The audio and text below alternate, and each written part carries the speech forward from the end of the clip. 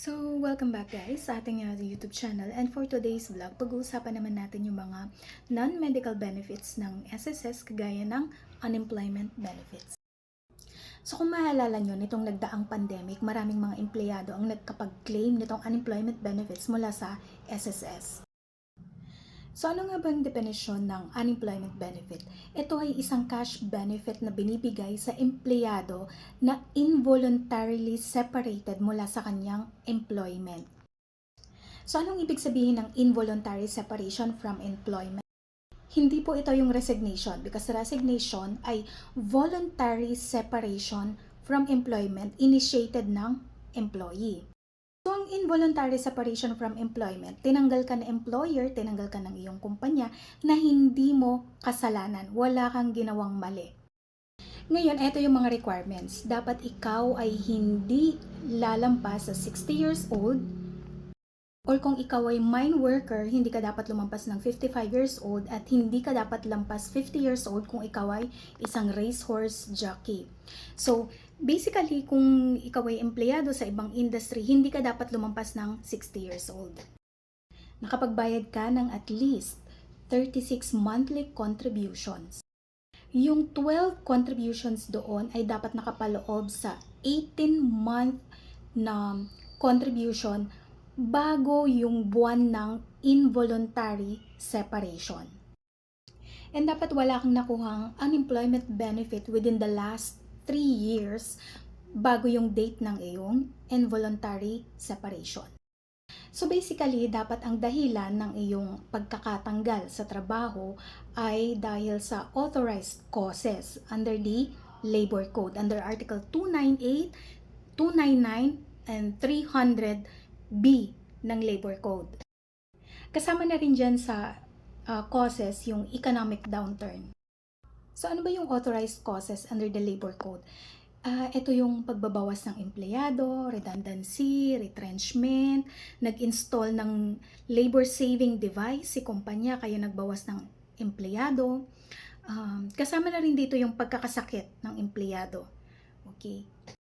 Nag-stop yung business operations ng company or nag-close yung kumpanya. Kagaya nga nang nangyari nitong nakaraang pandemic, ang daming nagsarang kumpanya, di ba?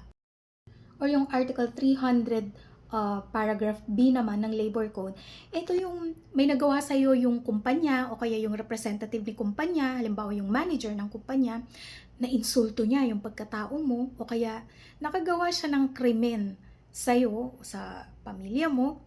Ayan, yung example ng Article 300 paragraph B. Yun, pwede kang mag-apply ng unemployment benefit kung yun ang ground ng iyong involuntary separation o pagkatanggal sa trabaho. Paano naman kung natanggal ka sa trabaho dahil pala absent ka?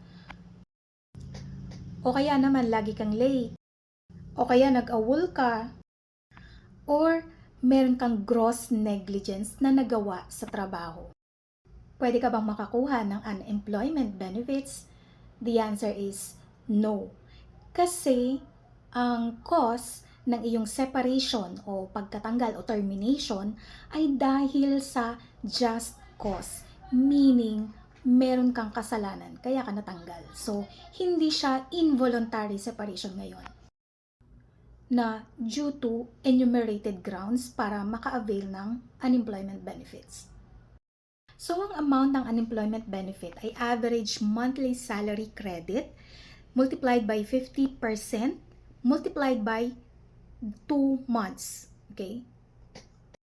So, halimbawa, nagsara ang inyong kumpanya during the pandemic, 2020. Pwede ka pa bang mag-file ng unemployment benefit ngayong 2024? No. Kasi meron lamang prescriptive period na 1 year. Ano tong prescriptive period ng 1 year? Ito yung mula sa araw ng involuntary separation mo, magbibilang ka lang ng 1 taon para ma-file ito. Or meron ka lang 1 taon para ma-file ito. So within 1 year, dapat ma-file mo to. After 1 year, hindi mo na po pwedeng i-file kasi tapos na yung prescriptive period na 1 year. Yun ang ibig sabihin nun. So, every 3 years, once ka lang po pwedeng mag-claim ng unemployment benefit. Ngayon, halimbawa, sa loob ng 3 taon, 2 times kang na separate involuntarily, pwede mo bang makuha yung dalawang unemployment benefits na yon? Hindi. Ang makukuha mo doon kung ano yung pinakamataas na unemployment benefits, yun ang ibibigay sa'yo. Ngayon, merong mga cases ng mga empleyado na involuntarily separated sila mula sa kanilang trabaho, and then later on, nagpa-file sila ng illegal dismissal case sa DOLE. So, pwede bang makapag-claim pa rin sila ng unemployment benefits kapag nag-file sila ng illegal dismissal case? Well, halimbawa na lang, nanalo itong si empleyado doon sa isinampa niyang illegal dismissal case laban sa employer nung siya ay tanggalin, okay? Yung nakuha niyang unemployment benefits ay ibabawas in the future mula sa mga future claims na employee or future SSS benefits niya. Ibabawas yun. Lalo na kapag doon sa desisyon ng NLRC, sinabi doon na bibigyan ng back wages si employee mula doon sa time na siya ay illegally terminated ni employer o ng kumpanya. And starting February 1, 2024, meron na ring inimplement ang SSS na online certification na gagawin ng employer.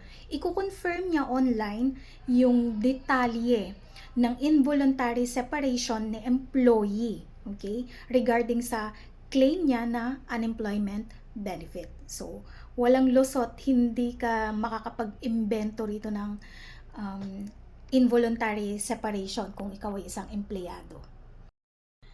So, para malaman mo kung approve nga ba yung application mo ng unemployment benefit, pwede mong ma-check yon through my.sss account, and nagsisend din si SSS ng result, okay, sa iyong registered email address. Okay?